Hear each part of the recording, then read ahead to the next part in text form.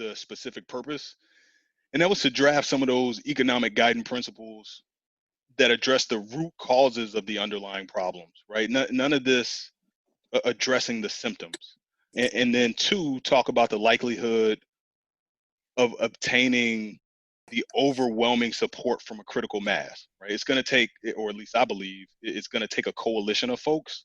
And so what are those economic guiding principles that we think the majority of folks can get behind to push those guiding principles, those agenda items over the top to actually get implemented? And I'll pose this question because I can't think of a better one. And I welcome you guys to push back, poke holes in the question, try to make it better.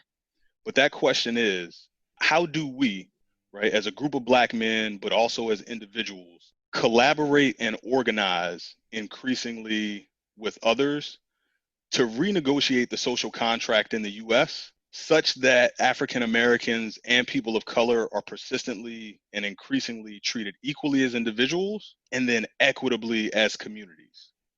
That's the best kind of one question that I had, such that if we answer it, we'll accomplish some of the things that I think we need to. Hey, this is Jerome. I'll kick it off. And I think equity has to come from parity. The thing about it is, unless you get yourself in a position where you have the financial resources to have parity to come to the table to compete with others that are competing for the same selling points that you want to compete with, you're not going to really be at the table to play the game. And so what we have to do is kind of build each other up until we get to parity. So what I mean by that is, one, we're kind of disenfranchised because of the fact that we don't have the basics and the base of land and the basis of the raw materials that kind of made people rich and gave them a position of power where they could build things up to the next level. If there was a toilet paper shortage during the COVID epidemic, right? Well, I didn't know anybody with enough land to chop down enough trees to be competitive as a toilet paper seller, right? That's something fundamental that's in the process that we really can't get away from, right?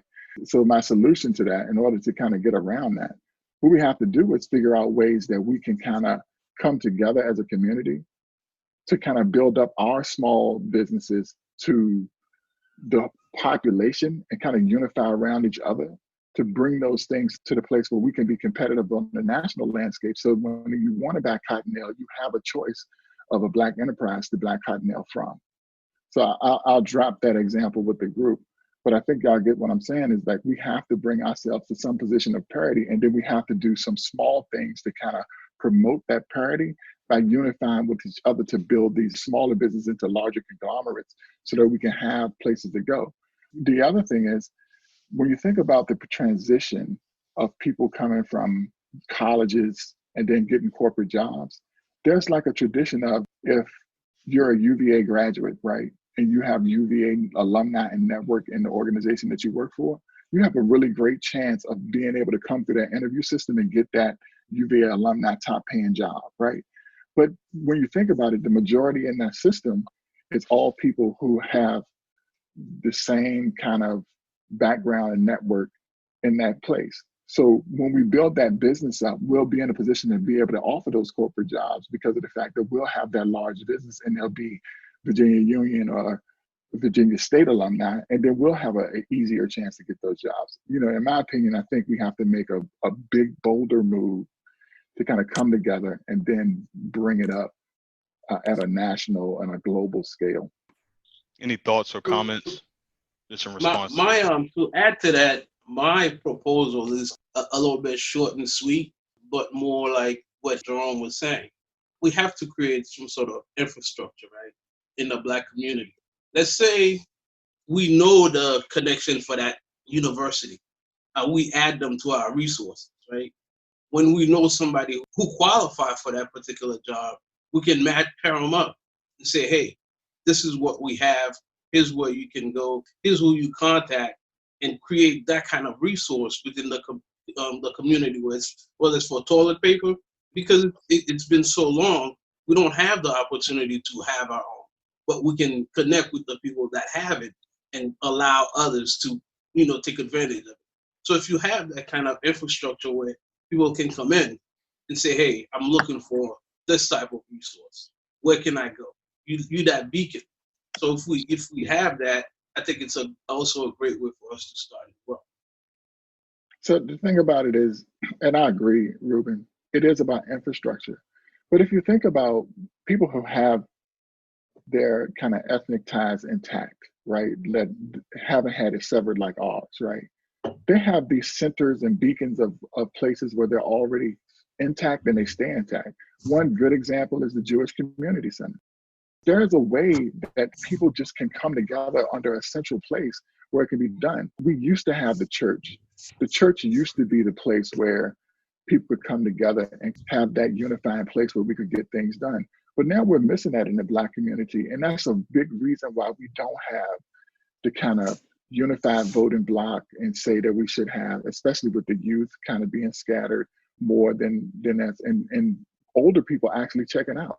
It's kind of hard to do that without us inspiring and saying, you know what, if you were to come to the Black Community Center and we had offerings on entrepreneurship and education, and we taught you and we gave you networks to kind of get into corporate America, and you knew that if you went to these schools, an alumni was there and they watched you and shepherded you around the way.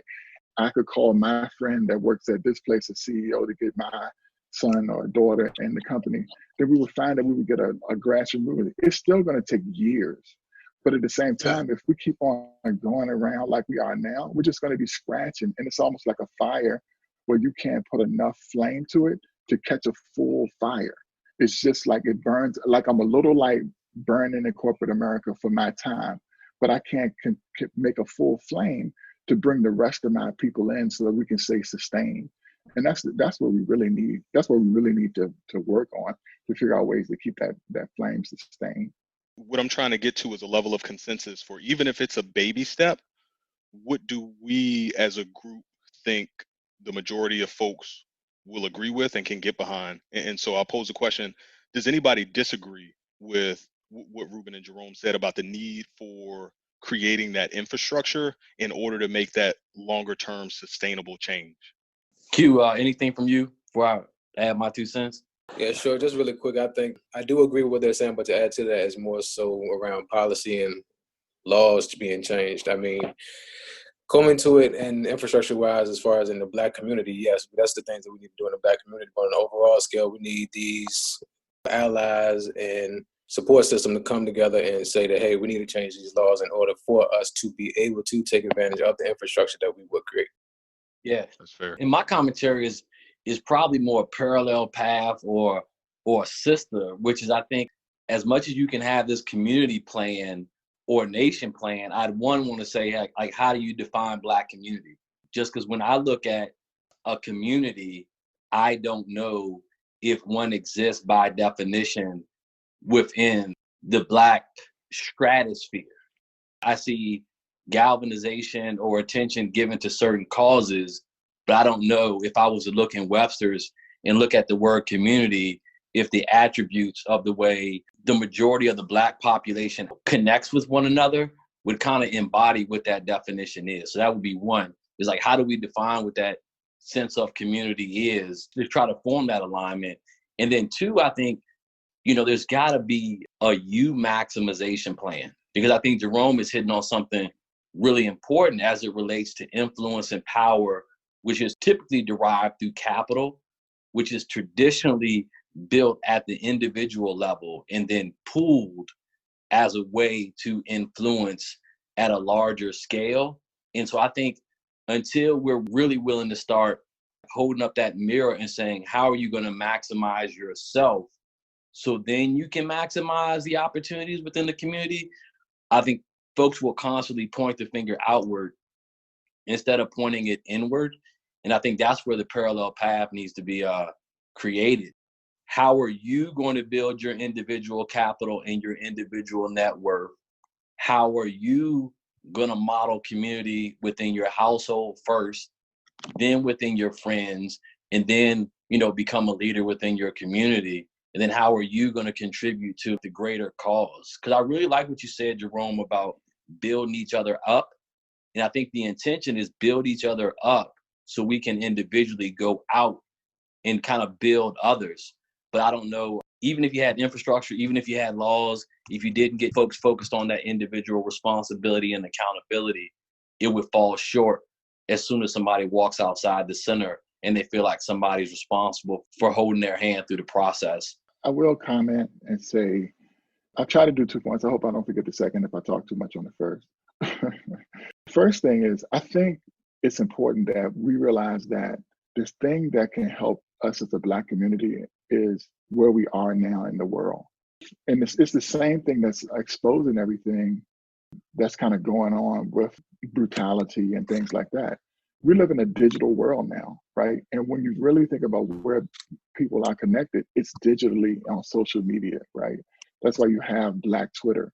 The interesting thing about Black Twitter is we're using it to spread the message, but we're not using it as a unifying force to direct us to something bigger and better. And so what we really need to do is kind of find a way to take that channel and maximize it to do the most that we can. The other thing that I'll say, Ira, about what you said, the concept of individual, you do have to build yourself up individually to maximize your worth at, collecting money through your career or, your business. And then you have to maximize yourself as an individual through investments. But when you think about it, the most powerful investments that get made are when people go to other people at established institutions and multiply whatever they've done by everything else, right? Yep. Amazon today took out $10 billion in low interest rate loans. Yep. Just because of the fact that everything is disenfranchised, rates are at the lowest they could possibly be. Why not just go get $10 billion and hold it just so we can continue to dominate the world? We don't have those choices, right? And so we need to be able to go to the system to be able to get those choices off, just like everyone else has access to. But we don't have a Goldman Sachs, right? We don't have a Merrill Lynch that we can go to, but we see some of us trying to do it. But we need to inspire the people who have made it, the Jay-Z's, the Magic Johnsons. Magic Johnson's trying to do something good with that, to start life insurance companies and things like that, and these financial instruments that take money from 401ks and the aggregation units that the system is already put in place in the open market, and then distributes them to companies to make themselves bigger. And that's an education piece, right? That's individuals, but that's individuals connected with subject matter experts in these different areas and people with experience, so you can really, really change things, right? And it's just enough of us don't have experience with it. It's not that we don't know it's there, we know the knowledge is there, but we don't have enough experience with it, or enough connections to people with experience with it to take advantage of some of these things that get taken advantage of. You can go on and on. I mean, look at Elon Musk. Elon Musk is working with NASA and everything like that, sending people to space. Well, that's connections. That's going to Congress and lobbying senators and getting funding, right? Like it's easy to do it when you're doing it off of taxpayer dollars. But why aren't we tapping taxpayer dollars?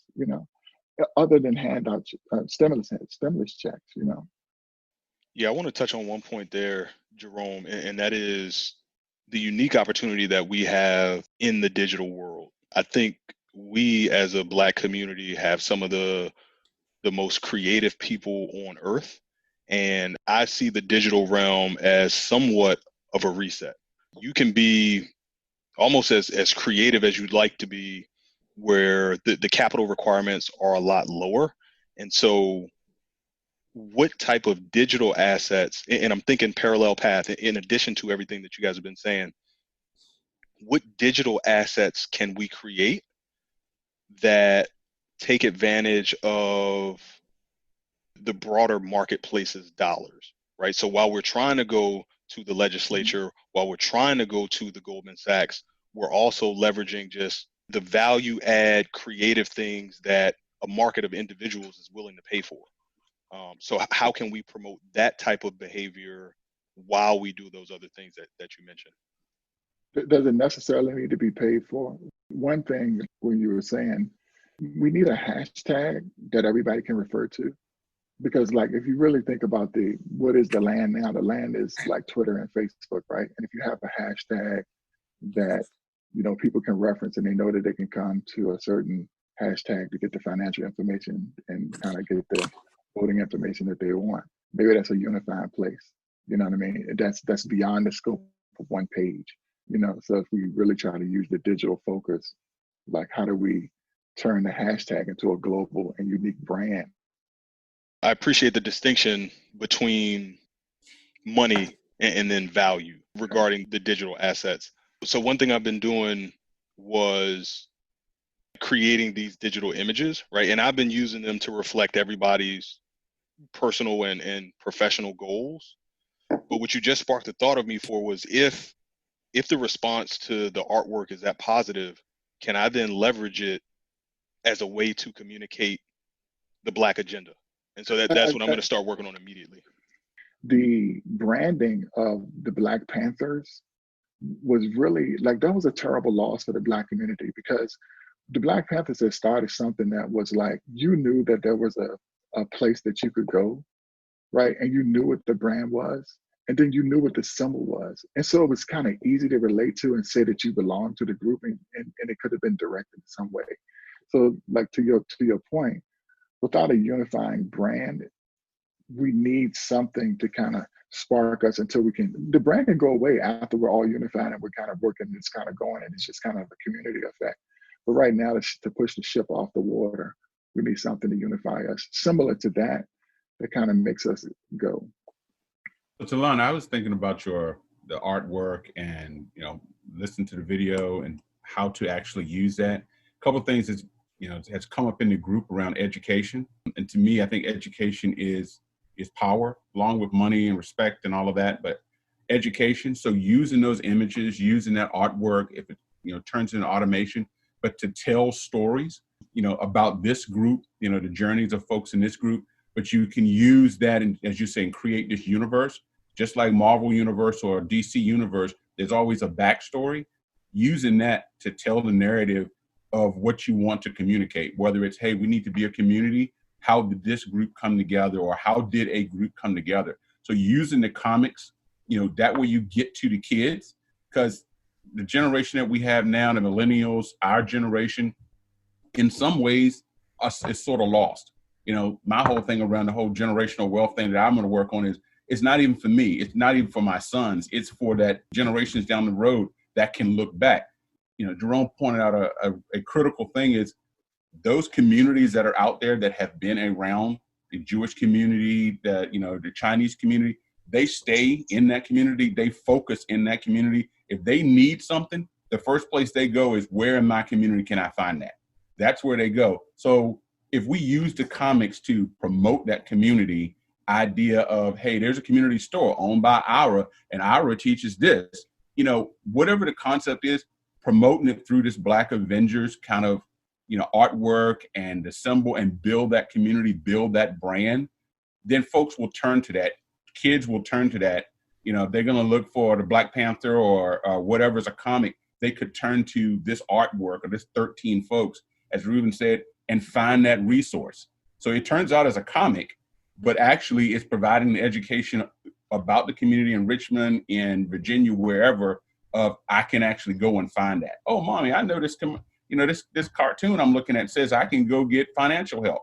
Teach them education for college financial help using our group. All of us have been through some story of how hard it was to get to wherever. Tell that story in the comics and build a community that way. That was what I was thinking of, as every time I keep looking at it and you keep talking about it, I'm like, why are we not reaching that generation? There are things that we can do to get to the millennials now and us, but we need to work on at a grassroots level, teach the young ones now what it is that they need to do. That, to me, that education early sticks with them.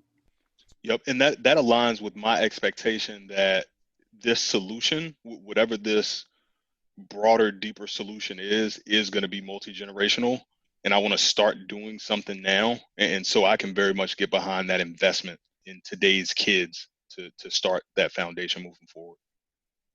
Everybody, when they get out of high school, they're focused and they're looking for what they're trying to accomplish, like being an inner city kid graduating from high school, like, and knowing what that experience is.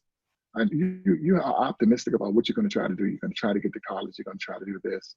But if the comic can change people's minds to see that the pathways beyond corporate America and ownership and social togetherness and networking and large scale organization, then things will change. And financial literacy, things would change a lot, because you will have this like relatable example that would inspire you to continue to go there. I think it's true. You might have to go all the way down to the base level to try to get people to ingrain togetherness and working together in our community. The thing about it is, working together, being together, trusting each other is something that we do really, really have to have in our community. In other people's world who have not had slavery, they have not been taught, keep to yourself and do as good as you can, but don't share with others, because if you don't pick the most, you're going to get the whip. And so like that type of thing is going to go from generation to generation and make us kind of less trusting of each other the way that it is now. And we need to kind of break that, right? Because like if you look at other ethnicities, the first thing they say is we trust each other implicitly. These people are here to help. We have to kind of get to the point where we say, hey, these people are safe, and now we trust. And that's a big barrier to us coming together en masse. But that's my observation and opinion, and I welcome the group to comment on it.